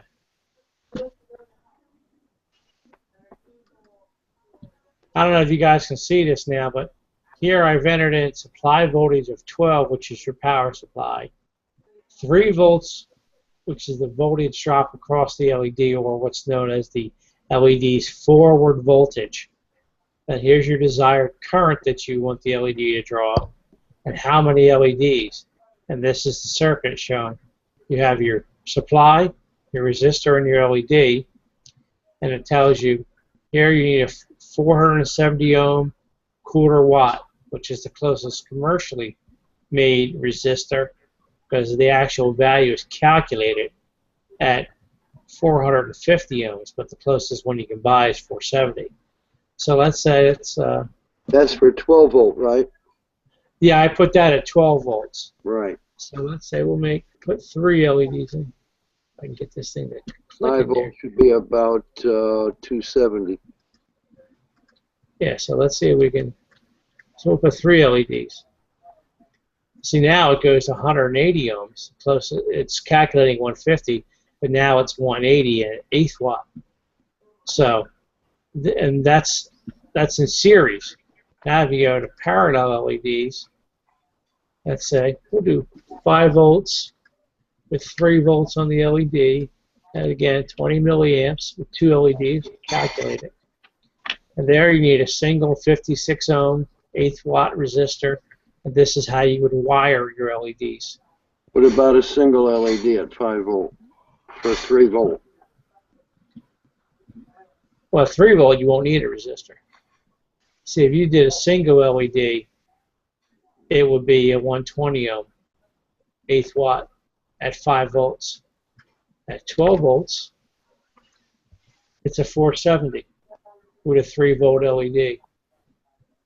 Which most, like I said, most LEDs are 3 volts, except for red. Some of the other colors, I think red's the only one. There's one other that's like 1.8 volts or something like that. Blue. So this is a decent site to remember, ledcalc.com. And so here's the single LED diagram. And you just fill in your information and it tells you. So let's say we'll do 12 voltage across its 2. We'll do 25 milliamps. Now you're talking again, that's 400 ohms, but instead it's 470 is the closest commercially available. So, and here's your rated, that's your actual current draw that's allowed there by that resistor. So that makes it nice and easy to do all your LED calculators. I wish someone, there probably is an app for your phone for an LED calculator. Yeah, that's kind of funny because on this pickaxe that I'm running for on 5 volt, it's calling for a 220 ohm. For LEDs? Yeah. Well, And what you ask would depend upon what it's thinking the current draw of the LED is. But some LEDs can draw up to 30 milliamps. You really, when you buy them, you have to look at the specs of the LED you're buying. Yeah. To accurately calculate the resistor to get the desired lighting effect. And the thing is, collect yourself a bunch of, I mean, you're talking like a 470 resistor, maybe a 220, 1 kilo ohm. So you buy a bunch of different ones and then hook a couple samples up on a little piece of perf board. Hook a battery to it, like say 9 volts, or even a 12 volt supply to it. Then test your LED with the different resistors, as long as you make sure you don't set it on a resistor where it's not big enough so that you blow up the LED. So that way, if you want to say, I know it needs a 470, it looks this bright when I do that, I put in a 1 kilo ohm resistor, now it's going to be a lot less bright. Is that more like what I want? So that way you can experiment and see how to get the desired lighting effect. Sometimes you don't want them really bright white. Like on these lampshades here, I put a little of that, they're warm white, but I put a little of the amber paint on there to tone them down, so make them more warm looking, because they wanted to be really incandescent looking on that sign, and it worked out pretty well. As I wanted the inside to look bluish because I wanted it to look like fluorescent lights inside the building, in the office. So that was, I left them the way they were because that kind of worked out pretty good that way.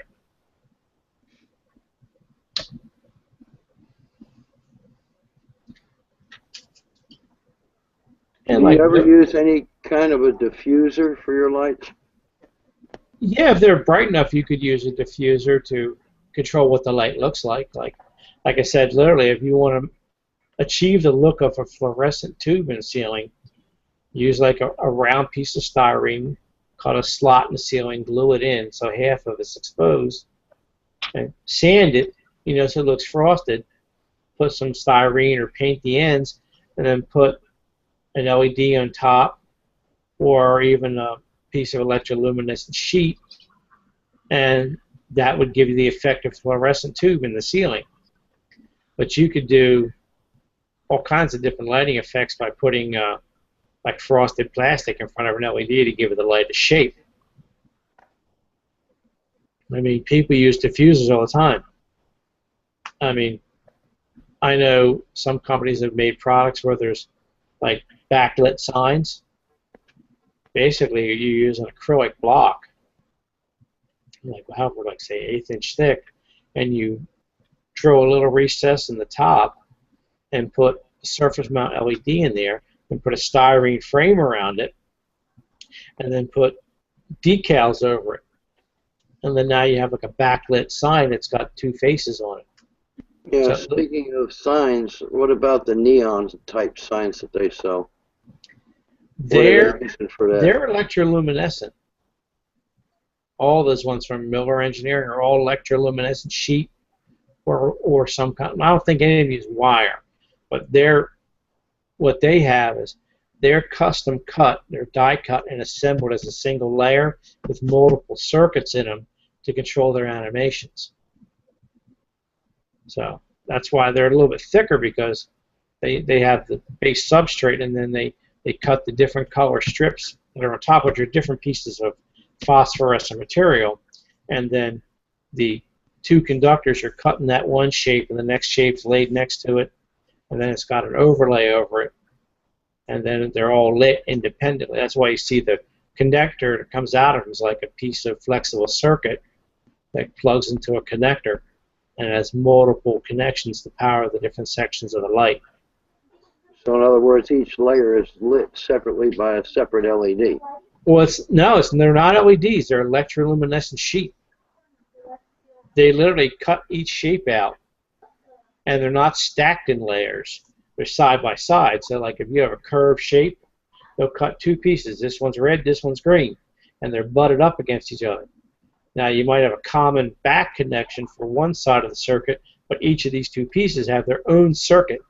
So they're lit independently, so you could flash them on and off. So that's how they build it. It's a single layer of electroluminescent material, but the top layer, which has the colors, is independent.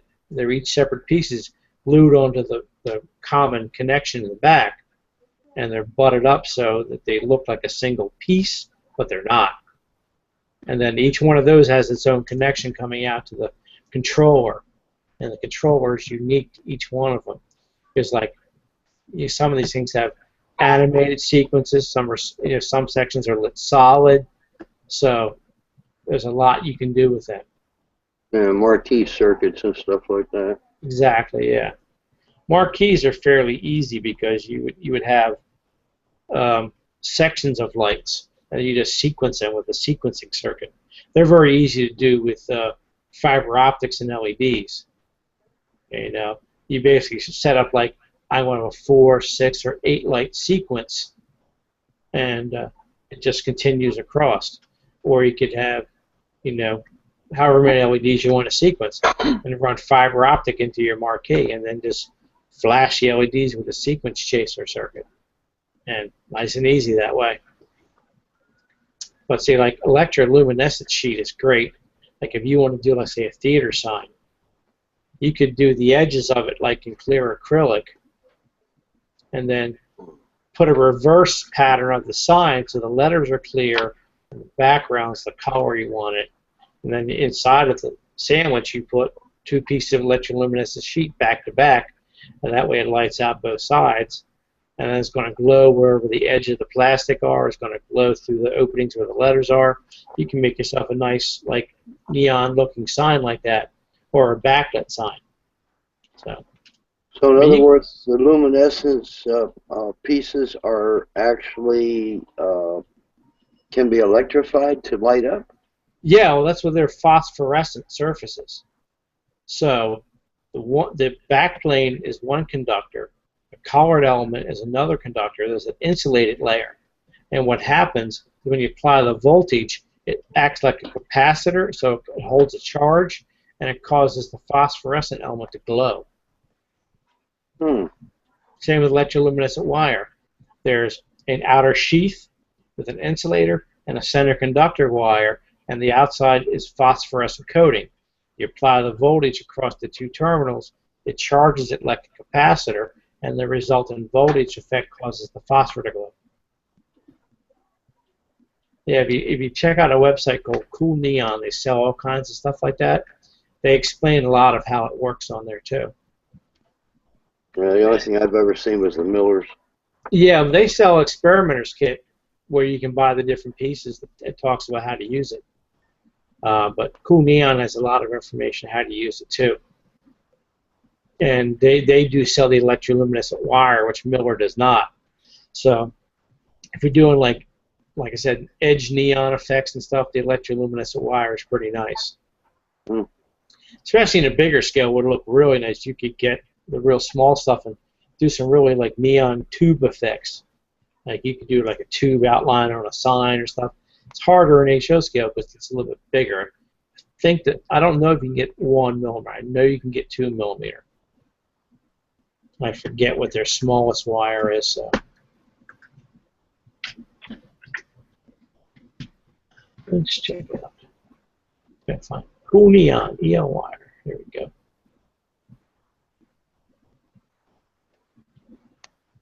Yeah, they have all kinds of interesting stuff that you can get from these guys. They have stuff where you can put neon lighting in your clothes. Yeah, I saw that stuff. Miller even has signs that are so small they'll fit inside of a window of a storefront. Yeah, so they're basically a mask over the front with the letters cut out and a small piece of electroluminescent sheet behind it. Okay, you can get their angel hair wire is 1.2 millimeters, which is pretty tiny. I might be able to get that to make the 2 neon tubes on the edge of Mel's Diner. And so I really want to experiment with lighting effects with that kit because it's got a lot of different types of lights in it that I could use. And that's wires lit, right?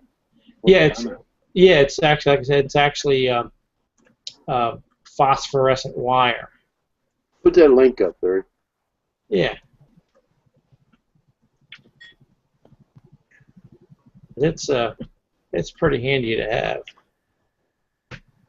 for doing those kinds of lighting effects. Let me see if I can. Let's see. I'm going to share that. Because actually, neon came out in about 1922, 1923, something like that. Yeah. So here's what the electroluminescent wire looks like, and it's literally phosphorescent coating on the wire, and then when you apply voltage to the 2 conductors, it charges it, and the static charge causes the phosphor to glow. Mm-hmm. Looks good. Oh yeah, it's definitely interesting stuff to play with. You know, for like Art Deco lighting and everything, it's pretty great. And they have lighting control software. See, there's what you can do with like your clothes. You know. Cool. And this was different kinds of lighting effects they've achieved over the years with them. Let's see if I can find a menu on there. Let's see. Soldering. Let's see what it looks like here. Yeah, so you can do effects like these here. And you know, all kinds of neat, colorful effects with them. But nothing that we need, but doing it for building lighting.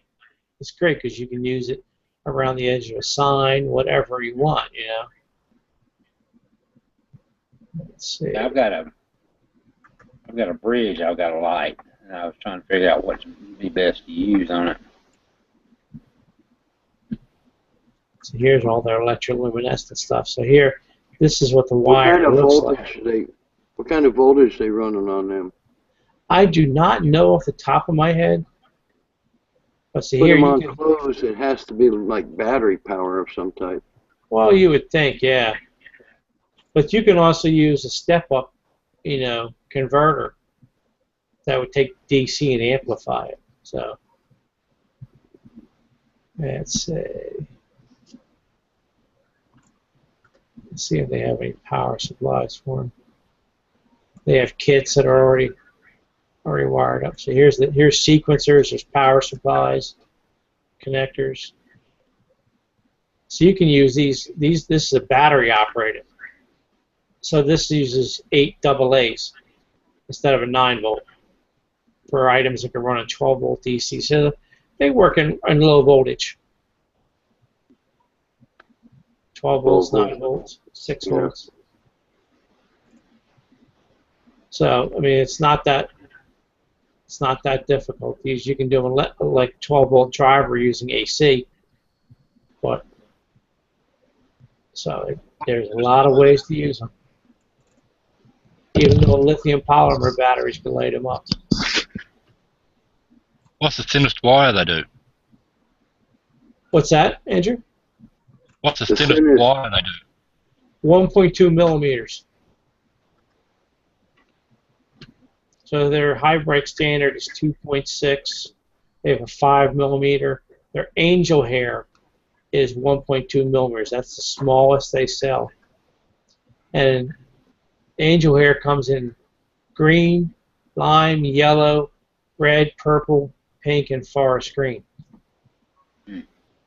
So blue, which is a more common light for like what I would need, would be the aqua light. That only comes in 2.3 millimeters. So I might have to choose a different color lighting for you, like I would do, say, lime green.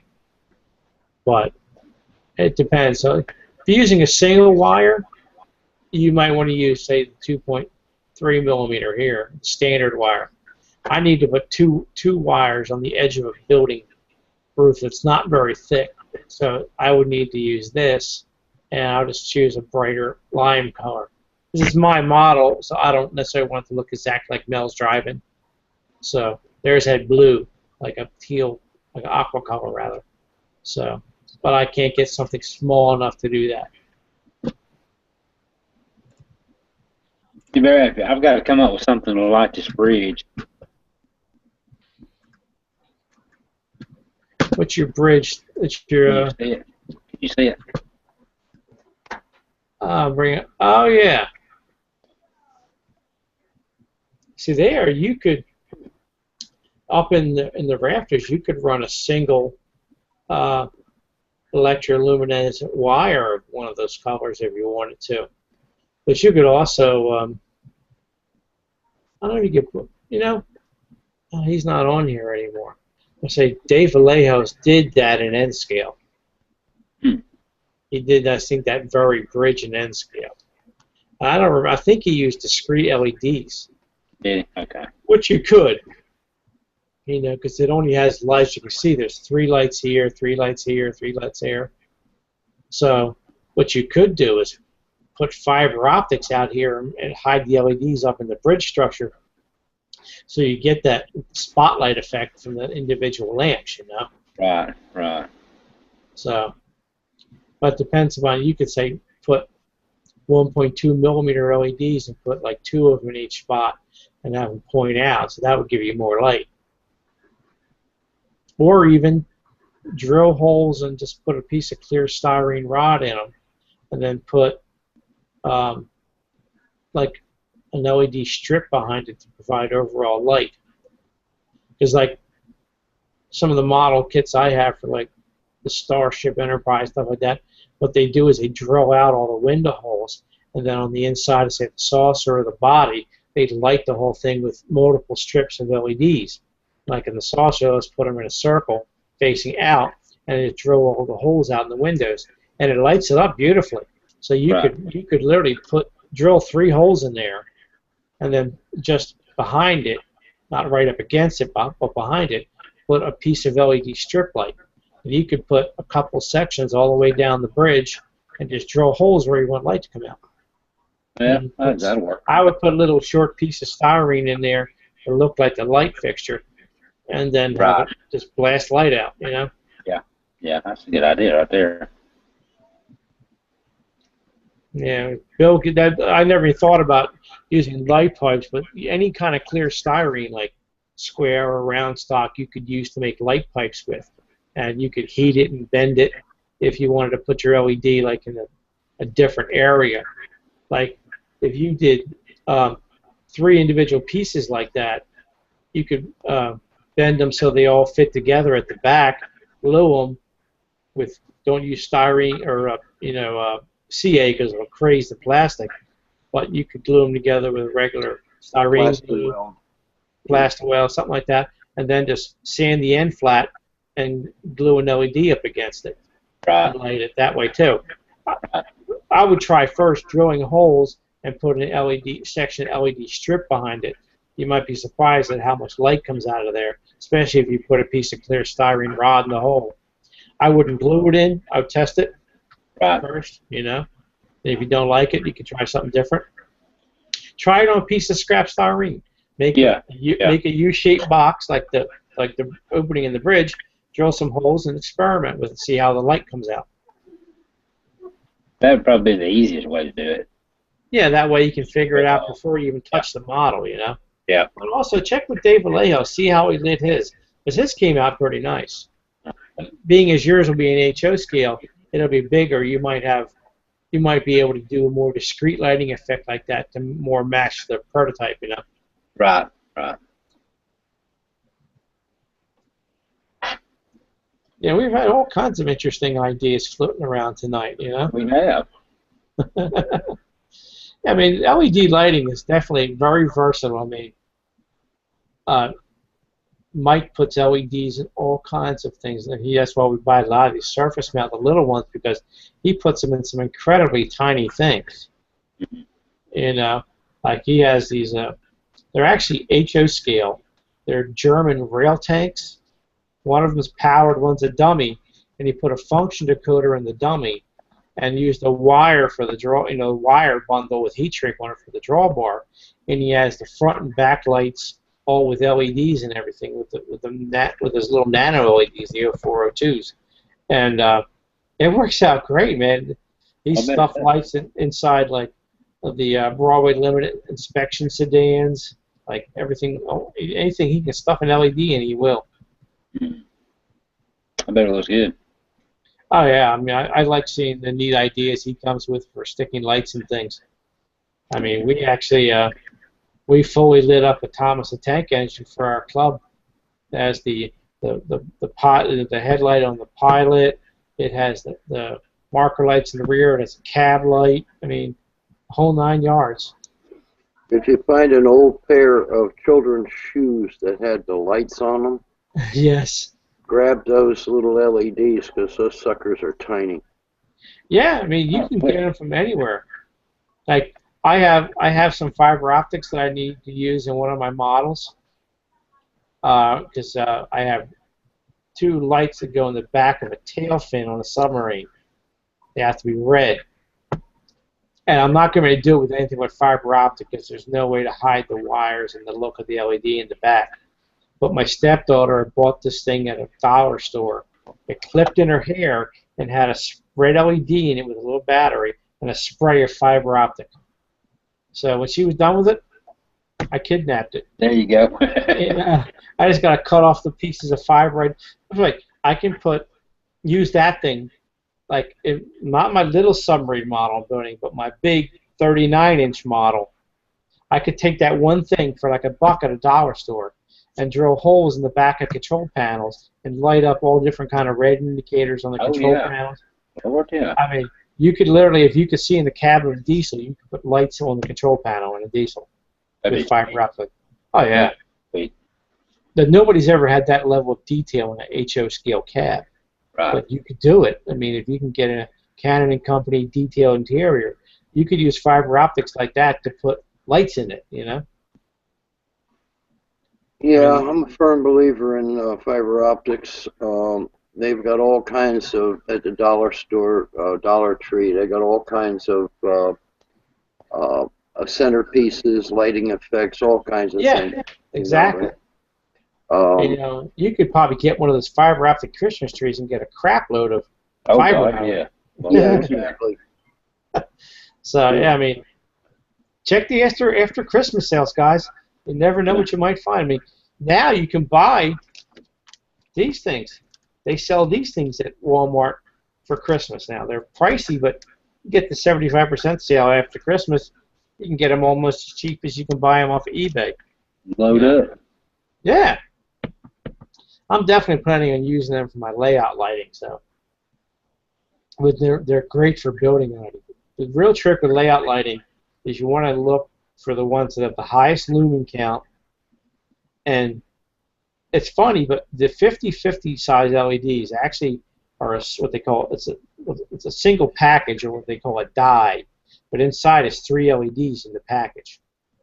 So they don't put off as much lumens of light because they're so big they can only fit 300 per strip.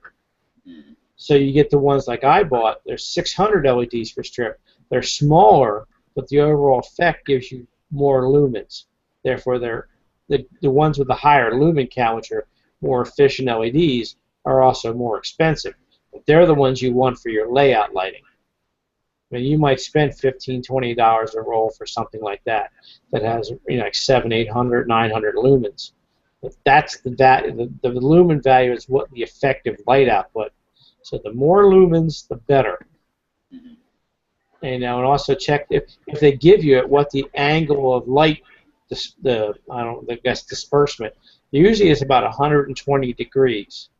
And that way, the reason you need multiple strips is because if you have, say, a wide shelf, you might put a strip in the front, and it's going to light the front of the layout, but it'll fall off at the back edge. So you're going to get shadows in the backdrop. So you want to put another strip farther back to light things up to make the lighting even. Right. Yeah, and another thing, Barry, as far as LED uses are concerned, if you have a cornice fascia over top of your layout, and you can put just small, soft white, like their little spotlights, 110 volt. Yes. Behind that for your pure sun daylight, you can add red and blue LEDs on timer circuits to change from your bright sun to dusk to dark, back to dawn, and so on. Yeah. Red and blue. They even sell the what they call the RGB, or red, green, blue strips, where you can program the color value you want. So I don't know if anybody makes a controller that can take one of those and actually dial up a certain color setting and run it for so long. I haven't experimented or checked into them yet, but I want to, because they're the ones because they can display pretty much any color you want. You can set them up so when it's sunrise, you get that warm orange glow, and then it slowly turns to, you fade them out and fade in your regular warm whites for daylight. Then at night, you turn them warm orange, and then at dusk, you turn them violet, and then at night, you turn on blue. Now, Prycom sells a complete kit, but you can also buy just the controller and use your own LED strips, and it hooks into your LocaNet for fast clock from DCC, but it also and controls RGB through the full light spectrum. Oh, it will control an RGB strip? Okay.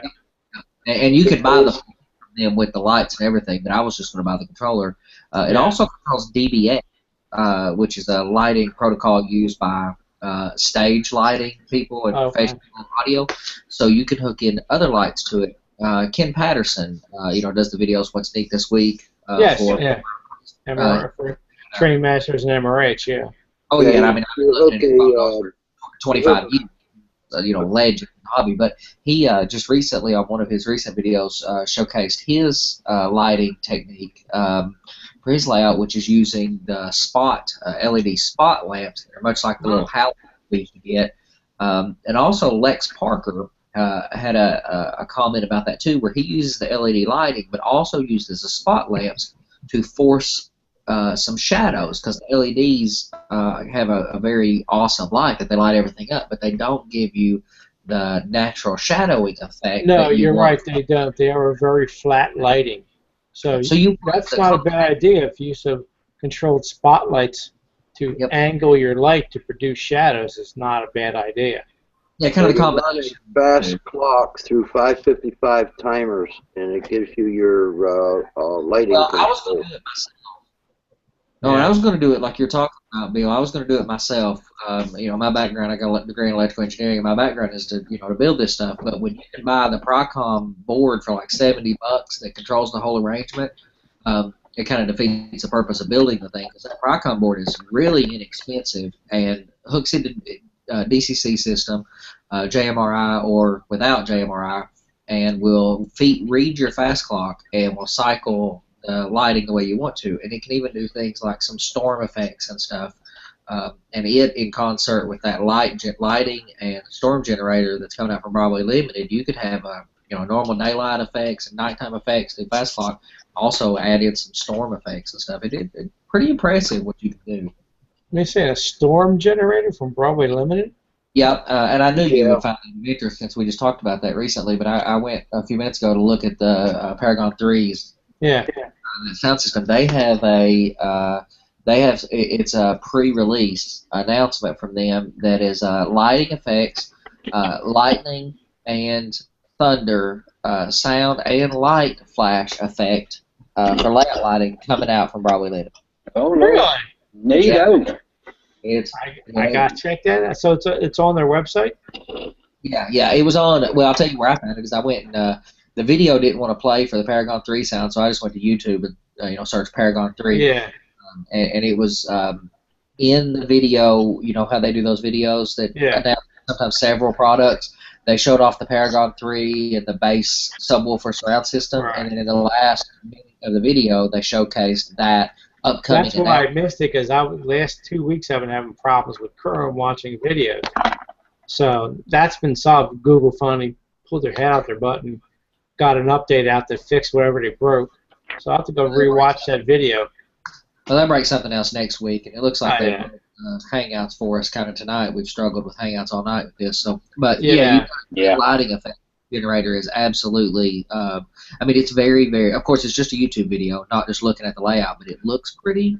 It looks pretty authentic. I mean, I've seen. I mean, people have done lightning effects where you just have LEDs up in the ceiling, and you flash them. That's fairly straightforward. And here's another trick for really good sunrise and sunset lighting. And this only works for sunrise and sunset. What you do is you put just leave your background scenery just about a 1/4 inch or so off of your backdrop and embed an LED strip, an RGB strip, under your scenery so it shines up through the slot. And then you use the bright oranges and reds and stuff for sunrise, and you tone them down at night. You turn them off during the day. At night, you turn them up, and then cycle through to violet, and then turn on your overhead blues for your darkness for at nighttime. Yeah, so, now you're stealing my ideas. I'd love to do that, but I want to use photo backdrops, and really to do that effectively, what you'd have to do is cut the sky away from the mountain scenery on the photo backdrop and put that mountain scenery on a piece of styrene or something and put that light. Well, yeah, because you need a little gap from like a 1/4 inch gap from your scenery for the light to get up. Or from your photo backdrop, which is that's kind of the tricky reason. I'm sold on doing that if I can figure out how to do it and integrate it with the backdrops part, because you don't. The thing is, what you do is you paint your backdrop, but you draw the same scenery line. And below that, just paint it like a dark color. Yep. So you can't see the sky behind the mountain, and then light it up, and then it's really going to glow up above the scenery. And you want to keep the voltage down so it doesn't shine all the way to the ceiling. You want to put the voltage down enough so you get a glow. A glow, yeah. But there's, so much. Layout lighting effects like that are, pretty neat. Just as neat as doing all kinds of cool effects with small lighting and structures, but on a much grander scale. Well, I'm a believer in the subtle effects but multiple subtle effects together are a whole lot better than one thing. One big kind of cheesy looking, but a bunch of subtle effects are reality. Right? Yes. Yeah, I've learned a few things myself here tonight, so I'll have to do some experimentation. Right. I'm dead set on coming up with doing a lightning effect in my backdrop. Right. Yeah. I was just saying I was going to go start a hangout real quick when y'all. All right, boy. John. Yeah, it's 11:50 already. After show party at Johnny's. There you go. It's BOY in my though. bed so I can go to sleep for work. It is BOY though. Bring your own. Well, gentlemen, it was a pleasure tonight. I mean, we all shared a lot of good information. I appreciate it, Barry. Absolutely. You're quite welcome, Geno. Very Good show. Good show tonight. Very good show. I appreciate it. Yeah, I mean, information, Barry. thank you very much. Well, you guys shared all the good stuff with me too, so we all learned a bunch from each other. So that's the way it works. Yeah, a lot of stuff is old school, but it still works today. Yeah, there's, like I said, nothing wrong with old school, Bill. That's right. I mean, doesn't mean the best way, but the only difference is going from incandescent to LED. Yeah, that's the thing. I gave up incandescence once we started being able to figure out how to make the lights LEDs look like incandescent. Exactly. At that point, I gave up. And why have to build a structure and a year from now rip it off there to tear a bulb out of a lampshade and replace it? The heck with that. Well, we used to be able to do a lot of these same kind of tricks. You could have done a lot of this stuff we've talked about, this advanced stuff. You could have done it 20 years ago, but it would have took you months, if not years, to put it together, building circuits, all this other stuff, and a whole lot of money and a whole lot of time. And now, with the availability of commercial products and LEDs that cost $1 a piece, the things that were possible before are absolutely practical today. Oh, you're totally right, Andy. Yeah, all right, guys. We're going to wrap this one up for tonight. I appreciate everybody participating on the panel. Barry, thank you again very, very much. You're quite welcome, Geno. We're going to remind everybody, check out the website, www.youtubemodelbuilders.com, for all the information about the live show, the Tuesday and Thursday night hangouts, the EMAG, and the Big Bill contest. So y'all be sure to check that out, and we'll see y'all again next Tuesday night. I think it's going to be Troy next Tuesday night. Is that not correct? I believe so, yes. So y'all be sure to check out Troy's hangout. And again, I appreciate everyone. Thank y'all. All right. Good night, Geno. You're welcome. Good night.